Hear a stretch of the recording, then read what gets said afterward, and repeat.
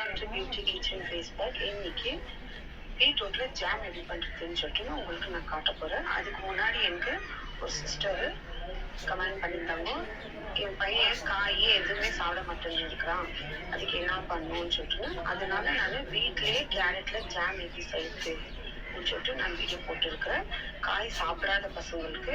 இப்போ அவங்க அந்த வீடியோ நான் போட்டிருந்தேன். அது அவங்க அதே மாதிரி கேரட்ல ஜாம் செஞ்சு அவங்க பையனுக்கு சாப்பிட வச்சிருக்காங்க. அவங்க எனக்கு திரும்பியும் கமெண்ட் பண்ணியிருந்தாங்க, சிஸ்டர் நான் நீங்க செஞ்ச மாதிரி நான் ஜாம் செஞ்சு என் பையனுக்கு கொடுத்தேன், அவங்க சாப்பிட்டு இருக்கிறாங்க, அவங்களுக்கு அது கேரட்னு தெரியாது, அந்த அளவுக்கு அவன் சாப்பிட்றான். நான் மறுபடியும் தோசையிலேயே அவனுக்கு அந்த ஜாமை வச்சு நான் கொடுத்திருக்கிறேன், நல்லா ரசிச்சு சாப்பிட்றான், ரொம்ப தேங்க்ஸ் சிஸ்டர்ன்னு சொல்லிட்டு எனக்கு கமெண்ட் பண்ணியிருந்தாங்க.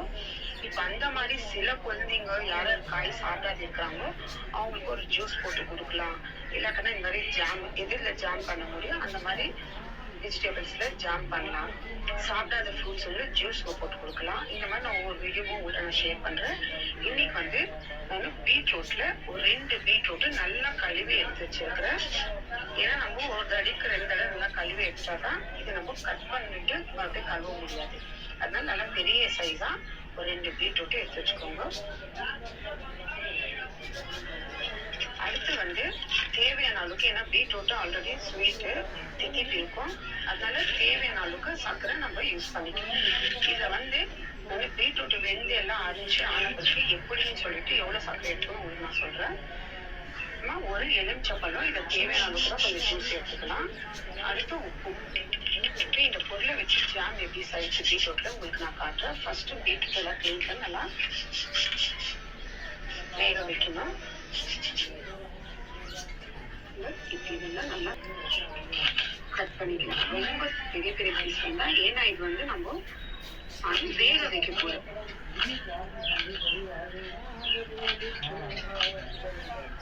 கொஞ்சமா தண்ணி ஊற்றி 2 பீட்ரூட் இந்த அளவுக்கு இந்த மாதிரி சைஸ்ல ஒரு சின்ன சின்ன பீஸா கட் பண்ணிக்கலாம். இந்த மாதிரி ஒரு பவுல் எடுத்து அதுல இந்த பீட்ரூட்டை போட்டுக்கலாம்.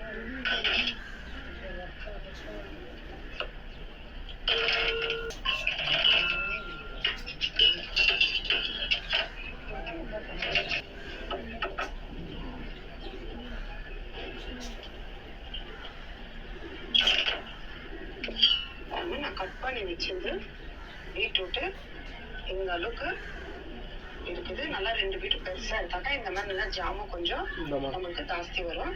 அதுல தேவையான அளவுக்கு ஒரு 1/2 கிளாஸ் அளவுக்கு தண்ணி ஊற்றிக்கிறேன். ஏன்னா அது வேணும்னா அதுக்காக ரொம்ப தண்ணி ஊற்றிடாதீங்க, ஊற்றா அந்த டேஸ்டும் போயிடும், தண்ணி அவ்வளோ இருக்கக்கூடாது. இப்போ நான் ஸ்டவ் பற்ற வச்சுக்கிறேன். நல்லா இது வேணும்.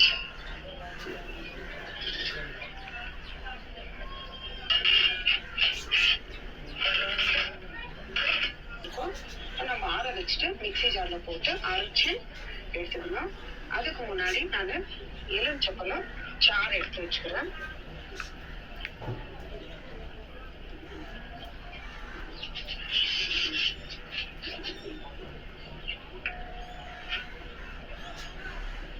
எலுமிச்சப்பழ சாறு கூட ஜாஸ்தி வேண்டாம், ஒரு அளவுக்கு தான் வேணும். இந்த மாதிரி பாதி எலுமிச்சப்பழத்துல நான் கொஞ்சமா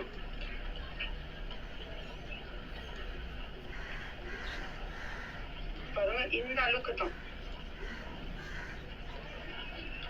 பாதி எலுமிச்சப்பழம் தேவையில்லை நம்மளுக்கு, ஒரு சின்ன பீஸ் பாருங்க. லைட்டா நான் அந்த ஜூஸ் எடுத்திருக்கிறேன், இவ்வளவு இருக்குது, இந்த அளவுக்கு இந்த போதும். ஏன்னா ஜாஸ்தி புளிப்பு இருக்கக்கூடாது, ஏன்னா அந்த எலுமிச்சப்பழம் போடுறதுனால நல்லா ஒரு டேஸ்ட் கொடுக்கும் இன்னும்.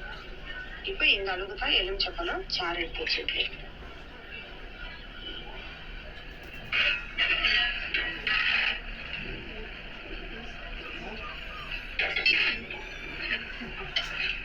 நான் போட்ட 1/2 கிளாஸ் தண்ணியே ஊற்றிட்டு அது எப்படி வெந்து இருக்கு பாருங்க.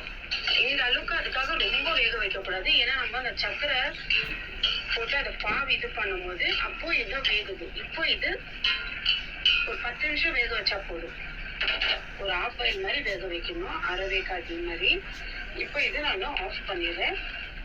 இப்போ அது நல்லா ஊற்றணும். ஒரு அரை கிளாஸ் தண்ணிக்கு ஒரு 1/4 கிளாஸ் அளவு தான் தண்ணி நான் வேக வச்சுக்கேன். இதே தண்ணியில தான் இப்போ நம்ம மிக்சியில் போட்டு நான் அரைச்சி உங்களுக்கு காட்டு. நல்லா நைஸாக அரைச்சிடணும்.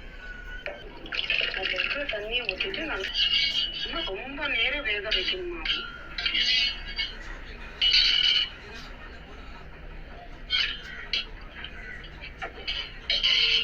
இப்போ இதெல்லாம் நான் அரைச்சி காட்டுறேன் உங்களுக்கு. அந்த அளவுக்கு அரைச்சிக்கணும் நல்லா நைஸாக.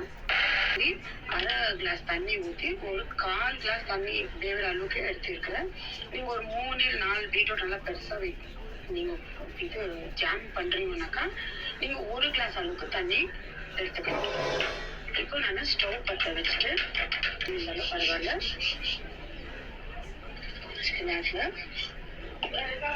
இப்போ நான் அது ஊற்றும் போது ஒரு அரை கிளாஸ் அளவுக்கு தண்ணி போயிடுச்சுன்னா அந்த அரை கிளாஸ் தண்ணி நம்ம அரைச்சி எடுக்கணும். வேணும்னு சொல்றேன்னா ஏன்னா இப்போ இது வந்துட்டு இது இருக்க தண்ணி எல்லாம் இல்லை இது மாதிரி போட்டோம்னா அந்த தண்ணிங்கெல்லாம் இதுல இருக்க நல்லா சுண்டும். அது சுண்ட ஆன பிறகுதான் நம்ம இதுல தேவையான அளவுக்கு சர்க்கரை சேர்த்துக்கணும். இந்த அளவுக்கு எதுவுமே இல்லை இதுல.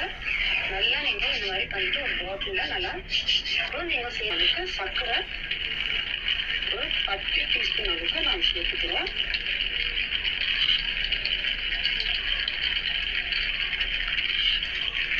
சர்க்கரை நல்லா வேகும்.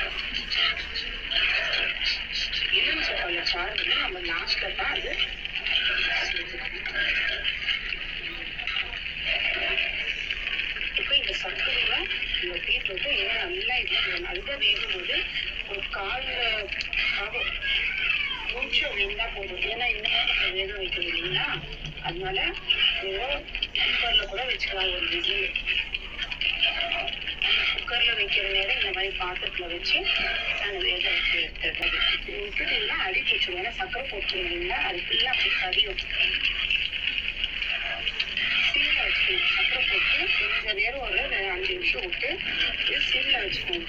சிம்ல வச்சுட்டு நல்லா ஸ்லோவாக அது அந்த பாங்க சர்க்கரை எல்லாம் இதாக இந்த மாதிரி டைம்ல உப்பு வந்து சும்மா ஒரு கையில ஒரு 2 சிட்டுக்கு, அதாவது இந்த மாதிரி ஒரு 2 டைம் அவ்வளோதான். இதுனா இன்னும் நல்லா ஒரு டேஸ்ட் கொடுக்கும். டேஸ்ட் கொடுக்கும். இது லாஸ்ட்ல தான் நம்ம எலுமிச்சப்பழம் நல்லா ஆற வச்சுட்டு சேர்க்கணும். வைக்கவோ இந்த அளவுக்கு இவ்வளோதான் இருக்குது.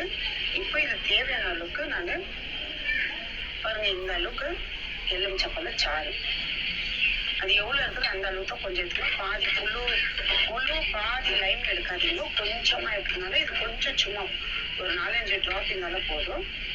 இந்த மாதிரி கொஞ்ச நேரம் பொறுத்து இது நான் எலுமிச்சப்பழம் சாறு ஊற்றினா நான் ஆஃப் பண்ணிட்டேன். இது நல்லா ஆறின பிறகு நீங்கள் ஒரு பாட்டிலில் ஊற்றி வச்சுக்கலாம்.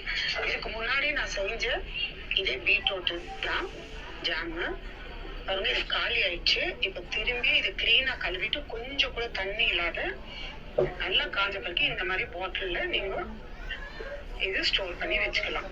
பிளாஸ்டிக்ல எல்லாம் போட்டு வச்சா நல்லா இருக்காது, ரொம்ப சீக்கிரம் இதாயிடும். இந்த மாதிரி அது எல்லாமே இதை கைப்படாத அளவுக்கு யூஸ் பண்ணிக்கணும். இப்போ இது நல்லா கழுவிட்டு இதுலேயே தான் நான் இந்த ஜாமை ஸ்டோர் பண்ணி வைக்கிறேன். இந்த மாதிரி ட்ரை பண்ணி பாருங்க ஃப்ரெண்ட்ஸ். பசங்களை நல்லா விரும்பி சாப்பிட நல்லா சூப்பராக இருக்கும். பாருங்க இந்த மாதிரி நம்ம இது பண்ணும்போது அந்த தண்ணி இருந்துச்சுன்னா இந்த மாதிரி வராது. தண்ணி இருந்துச்சுன்னா அப்படியே நம்ம இருக்கும் போது புளிஞ்சு போகும். இந்த அளவுக்கு எடுத்துக்கணும். இது பார்க்கும் போது எவ்வளவு கருப்பா இருக்கு பாருங்க. ஆனா நான் இது அரைச்சி 2 பீட்ரூட் ஊற்றும் போது எவ்வளவு இது ஃபுல்லா இருந்துச்சு. இப்ப நல்லா சுண்டி வேகும் போது ஏன்னா அது வேக வைக்கிறதுனா இந்த பீட்ரூட்ல இருக்கிற அந்த ஸ்மெல்லு இந்த பச்சை இது போகணும். அதனாலதான் நம்ம சிம்ல வச்சு நல்லா வேக வைக்கணும். சும்மா போட்டு கலக்கிட்டோம் ஜாம் ரெடி ஆயிடுச்சுன்னா ஆகாது. அந்த பீட்ரூட் வாசனை அப்படியே இருக்கும். அந்த அளவுக்கு வேக வச்சு இந்த அளவுக்கு ஜாம் ரெடி.